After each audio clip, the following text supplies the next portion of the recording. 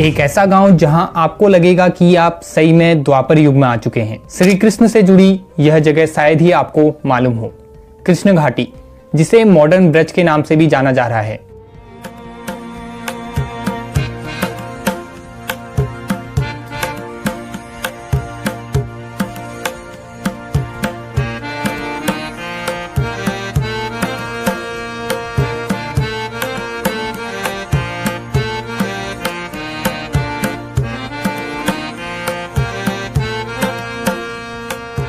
यहाँ आपको लगेगा कि आप पुराने समय की ब्रज भूमि में पहुंच गए हैं, जहाँ सभी लोग आपको धोती कुर्ता पहने, सर पर तिलक लगाए और वहीं औरतें साड़ी में नजर आएंगी। रास्ते में लोग मिलेंगे तो वो आपसे हेलो हाय नहीं बल्कि हरे कृष्णा बोल के आपको नमन करेंगे। लेकिन हैरान तो आप तब हो जाओगे जब आपको पता चलेगा कि यह जगह भारत में है ही नहीं।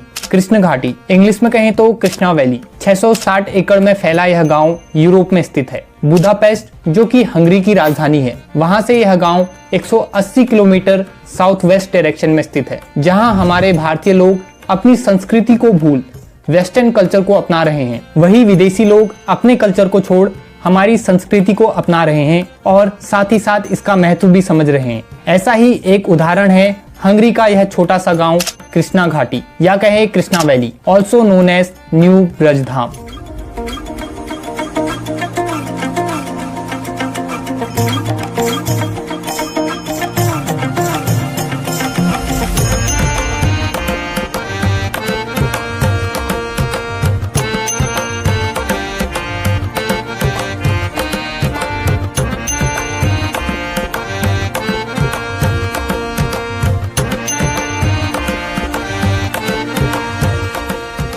150 कृष्ण भक्तों का यह गांव आज यूरोप का सबसे पुराना एवं बड़ा इको फार्म बन चुका है। परंतु क्यों खास है यह यूरोप का गांव और क्यों इसे न्यू ब्रजधाम कहा जा रहा है? इस गांव को सबसे खास बनाती है यहाँ के लोगों द्वारा अपनाया गया वैष्णव कल्चर। कृष्णा वैली, जो कि हमारे भारत से 4 से 5,000 किलोमीटर की दूरी पर है, परंतु इतने दूर होकर भी इस गांव के लोगों ने हमारे सनातनी धर्म को अपनाया ही नहीं बल्कि उसे यहाँ के लोगों ने अपने जीवन में ढाला भी है।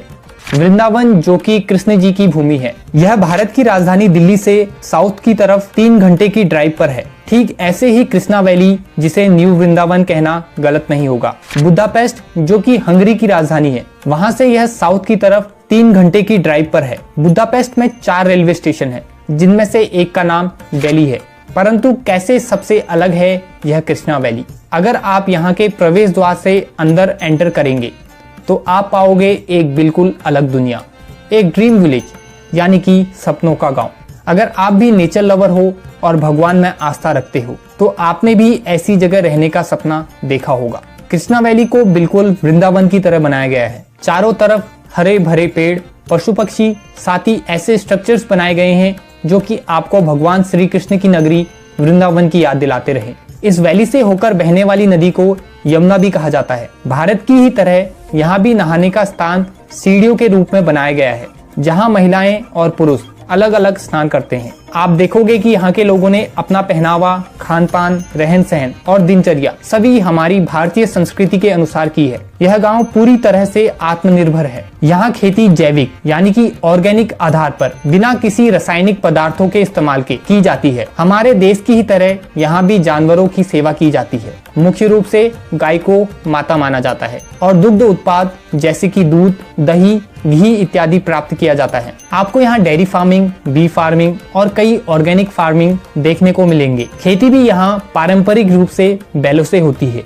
और कोई भी सामान ले जाने के लिए बैलगाड़ी का इस्तेमाल होता है। यहाँ आपको गौशाला भी देखने को मिल जाएंगे, जहाँ इन जानवरों को रखा जाता है और इनका पालन पोषण किया जाता है। यहाँ के सभी लोग पूरी तरह से शाकाहारी हैं। यहाँ आपको राधा कृष्ण जी का भव्य मंदिर भी मिल जाएगा, जहाँ आपको सुबह शाम भजन सुनने को मिलेंगे।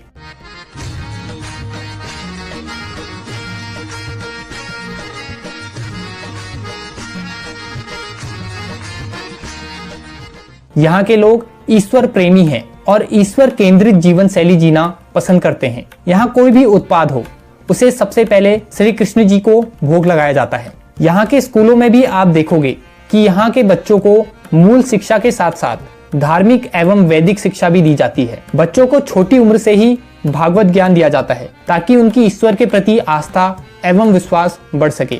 आपको यहाँ एक गेस्ट हाउस, एक शुद्ध शाकाहारी रेस्टोरेंट और अन्य अतिथि सुविधाएं मिल जाएंगी।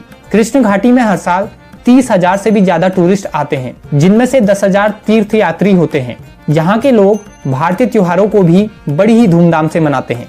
जगह अलग है, अंदाज वही भारतीय और पारंपरिक रहता है, परंतु भारत से हजारों किलोमीटर दूर स्थित यह गांव, जो कि भारतीय संस्कृति से परिपूर्ण है, आखिर कैसे बना? इस गांव की स्थापना आज से करीब 30 साल पहले 1993 में शिवराम स्वामी द्वारा की गई, जो कि इस्कॉन के मेंबर हैं। इस्कॉन यानी कि international society for Krishna consciousness, जिसे हरे कृष्णा मूवमेंट के नाम से भी जाना जाता है। इसकी स्थापना हुई 1966 में और यह दुनिया भर में कृष्णा भक्ति एवं प्रचार के लिए प्रसिद्ध है। और इनके द्वारा बनाया गया यह गांव आज हंगरी का सबसे बड़ा हिंदू गांव बन चुका है। और हमें भी इस गांव से कुछ सीखना चाहिए और अपनी संस्कृति के महत्व को पहचानना चाहिए।